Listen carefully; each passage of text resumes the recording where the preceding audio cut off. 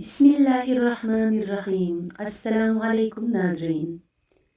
आज की कहानी हमें वक्त के उस अजीम दौर में ले जाएगी जहाँ सल्तनत किरदार की बुनियाद पर खड़ी थी, जहाँ बादशाही तख्त और ताज से नहीं बल्कि अदल, अमानत और खौफ खुदा से पहचानी जाती थी।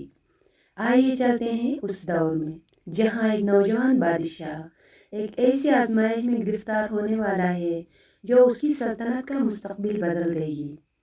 ये है सुल्तान हमजा और अमानत का इम्तिहान। कहानी शुरू होती है सल्तनत नूरुद्दीन से। ज़मीनें सरसब्ज, बाजार आबाद, लोग खुशहाल और हुकूमत इंसाफ से भरी हुई। उस सल्तनत का बादशाह था सुल्तान हमजा बिन यासीन। सिर्फ 28 साल का बहादुर ज़हीन, मगर एक कमी, उसे लोगों की अंदरूनी नीयत पर भरोसा नहीं था। वो हमेशा कहता था, मैं ज़ाहिरी वफादारी नहीं मानता, मुझे दिलों की सच्चाई चाहिए। मगर इंसान का दिल मैं कैसे जानूं? मस्जिद के इमाम आलिम दीन शेख साद मस्जिद के इमाम आलिम दीन शेख साद अक्सर उसे नसीहत करते, बादशाह सलामत, इंसान का दिल सिर्फ अल्लाह जानता है, हम तो सिर्फ अमल से पहचानते हैं। मगर सुल्तान अभी भी परेशान रहता।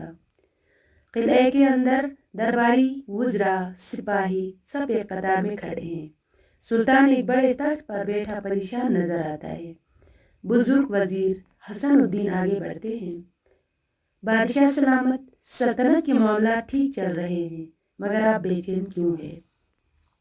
सुल्तान थोड़ा झिझक कर कहता है, हसनुद्दीन, मैं जानना चाहता हूँ कि मेरे इर्द गिर्द मौजूद लोग वाकई वफादार हैं या सिर्फ फायदा उठा रहे हैं। मैं उनके असल चेहरे देखना चाहता हूँ।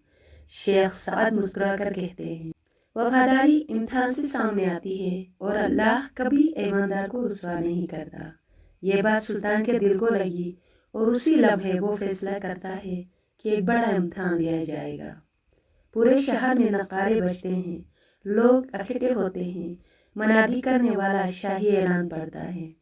सुल्तान का फरमान है कि हर शहरी को एक आजमाइश में शामिल किया जाएगा। हर शख्स को एक मखसूस अमानत दी जाएगी और 1 साल बाद उसे वापस जमा कराना होगा। जो सच्चा, दयानतदार और वफादार निकलेगा, उसे बादशाह की तरफ से इनाम दिया जाएगा। पूरा शहर हैरान, कुछ खुश, कुछ परेशान। अगले दिन हर शहरी को एक छोटा सा लकड़ी का डब्बा दिया जाता है। डब्बा बंद है, ऊपर शाही मोहर लगी हुई है। अंदर क्या है कोई नहीं जानता। सुल्तान हुक्म देता है, उस डब्बे को सिर्फ अमानत समझकर संभाल कर रखना, 1 साल बाद वापस लाना। जिसने एक निशानी भी नुकसान पहुंचाया, समझो उसका दिल वफादार नहीं। लोग डब्बा लेकर अपने घरों को चल पड़ते हैं। कुछ लोग हंसते हैं, अरे अंदर कुछ नहीं होगा, बस बादशाह का शक। कुछ खौफजदा कि कहीं कोई मुश्किल ना हो। कुछ ने उसे वाकई अमानत समझकर सीने से लगा लिया। कहानी में 3 खास शख्सियत दाखिल होती हैं। अली बिन शफा, गरीब मगर ईमानदार मजदूर। उसने डब्बा लेकर कहा, ये अमानत है, मैं उसे अपनी जान से बढ़कर रखूंगा। जुबैर, लालची ताजर, कहता है, इसमें सोना होगा, मौका मिलते ही देखूंगा क्या है। फातिमा, बेवा, ईमानदार मगर बहुत गरीब, उसने डब्बा उठाया और आसमां की तरफ देखकर कहा, या अल्लाह, मुझे ईमान पर कायम रखना। जुबैर रात को डब्बा खोलने की कोशिश करता है, मोहर तोड़कर अंदर देखता है और हैरान रह जाता है। डब्बे में सिर्फ छोटी सी सफ़ेद पत्थर थी। जुबैर गुस्से से कहता है, यह मजाक है, बादशाह हमें बेवकूफ़ समझता है। वो पत्थर बाहर फेंक देता है, सोचता है, एक पत्थर रख कर क्या होगा, नया रख दूंगा। लेकिन उसे यह नहीं पता कि यही उसकी बर्बादी का आगाज है।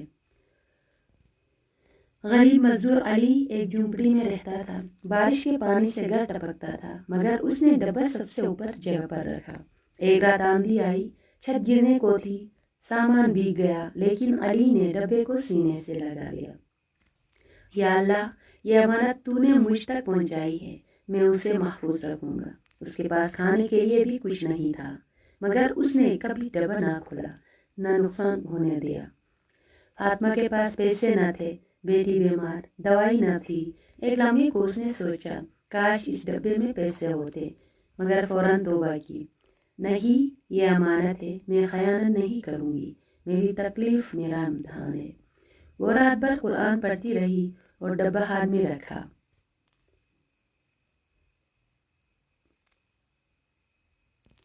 پورا شہر امانت کے امتحان میں تھا، مگر 3 کرداروں کے حالات تیزی سے بدل رہے تھے۔